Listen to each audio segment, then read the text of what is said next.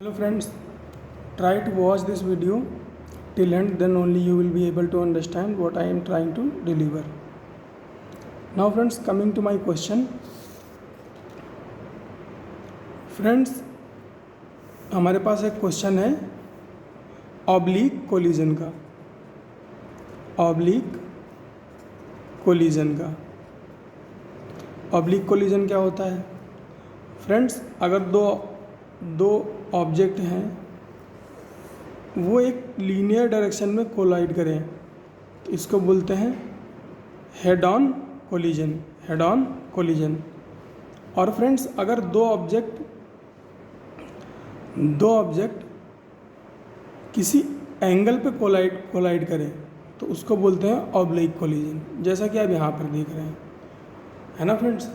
ये जो line of impact है, ये जो लाइन ऑफ इम्पैक्ट है, ये क्या है?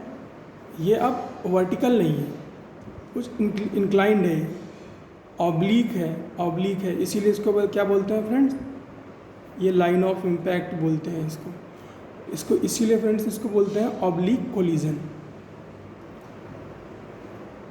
तो फ्रेंड्स, हमारे पास जो क्वेश्चन है उसमें हमें दे रखा है कि एक स्फीयर है मास m का और एक दूसरा स्फीयर है वो भी है मास m का। ये वाला स्फीयर है जिसको हम बोल रहे हैं 1, इसको हम बोल रहे हैं 2। तो स्फीयर 1 जो है वो 4 मीटर पर सेकेंड की स्पीड से मूव कर रहा है, और दूसरा जो है, जो स्फीयर 2 है वो रेस्ट कंडीशन में है। और फ्रेंड्स, इन दोनों को जो ये स्फीयर 1 है वो क्या कर रहा है? वो एंगल बना रहा है 30 डिग्री का from axis passing through their centre of mass.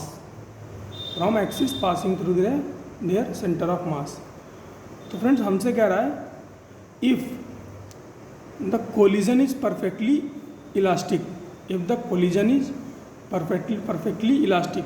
Perfectly elastic collision की कंडीशन में क्या होता है friends?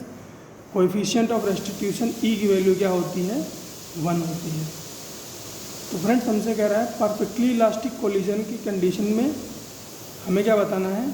Find the velocity after collision. तो आइए देखते हैं फ्रेंड्स इस क्वेश्चन को कैसे करना है। तो डायग्राम बनाते हैं फ्रेंड्स।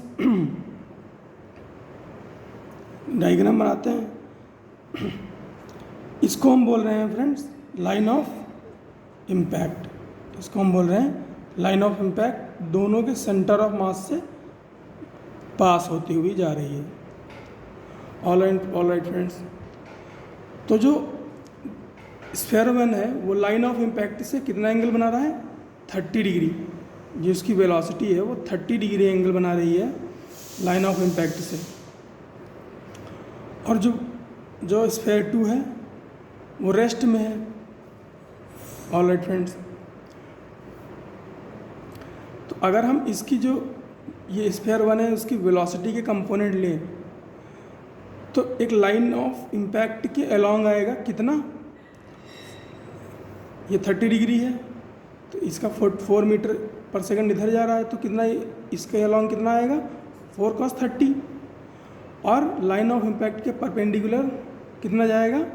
4 sin 30। इसकी वैल्यू कितनी हो गई? 2। और फ्रेंड्स, इसकी वेलोसिटी की अगर कंपोनेंट की बात करें तो इधर भी वर्टिकल में भी 0 और हॉरिजॉन्टल में भी 0।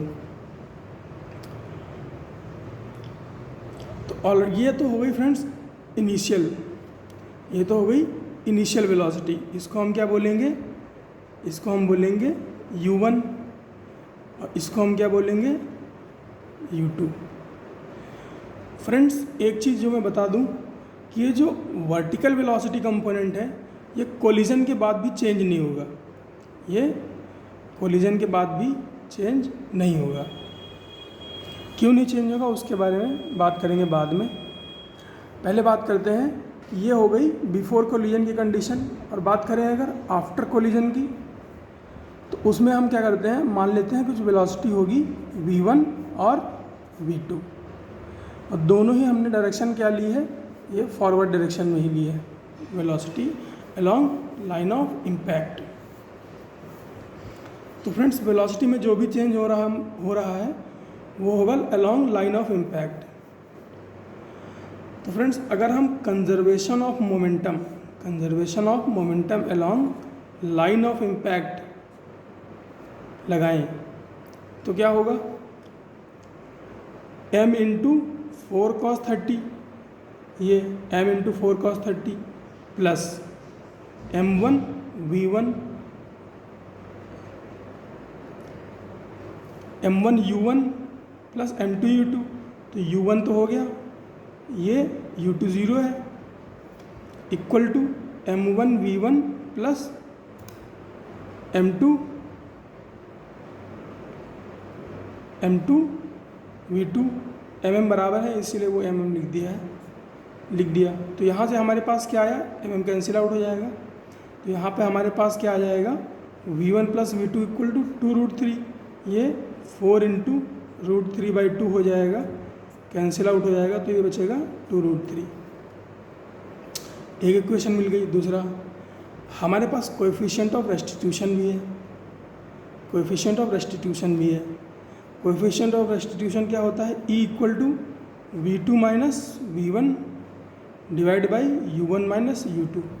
ये भी किसके अलोंग, लाइन ऑफ इम्पैक्ट के अलोंग लाइन ऑफ इम्पैक्ट जो टर्म है वो इसमें आपको याद रखनी है।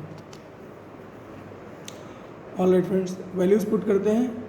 E की वैल्यू 1, v2 की वैल्यू हमें नहीं पता, माइनस v1 की वैल्यू भी हमें नहीं पता, डिवाइड बाई u1 की वैल्यू हमें पता है कितनी, 4 cos 30 माइनस u2, ये भी हमें पता है कितनी, 0। तो यहाँ से क्या हमारे पास आया, v2 माइनस v1 कितना, 2√3 आ गया। तो हमारे पास अब दो इक्वेशन बन चुकी हैं और दो वेरिएबल हैं, दोनों को ऐड कर लेते हैं। तो v1 plus v2 is equal to 2√3, v2 minus v1 equal to 2√3। Add कर दिया तो क्या है, 2v2 इज इक्वल टू 4√3, और यहाँ से v2 की वैल्यू कितनी आ गई, 2√3। तो v2 की वैल्यू क्या है, 2√3, और v1 की वैल्यू क्या हो जाएगी friends, v1 plus v2 is equal to 2√3 है, v2 जब 2√3 हो गया तो v1 कितना बचा, 0। तो यहाँ से हमारे पास क्या इन्फॉर्मेशन है, इन्फॉर्मेशन ये है कि friends velocity after collision along line of impact, ये जो लाइन ऑफ इम्पैक्ट है, ये लाइन क्या हो जाएगी, स्फीयर 1 की जो है वो क्या हो जाएगी, 0 हो जाएगी, और स्फीयर 2 की कितनी हो जाएगी, 2√3। तो फ्रेंड्स कुछ ऐसी सिचुएशन बचेगी कि जो v1 है वो इस लाइन ऑफ इम्पैक्ट से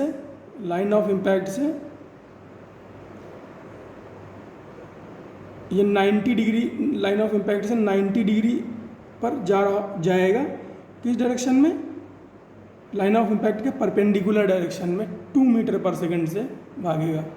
और ये जो v2 है, सॉरी ये जो स्फीयर 2 है वो लाइन ऑफ इम्पैक्ट के अलोंग भागेगा, कितनी स्पीड से, 2√3 मीटर पर सेकंड से। ऑलराइट फ्रेंड्स, इस क्वेश्चन में इतना ही था, मिलते हैं अगले क्वेश्चन में।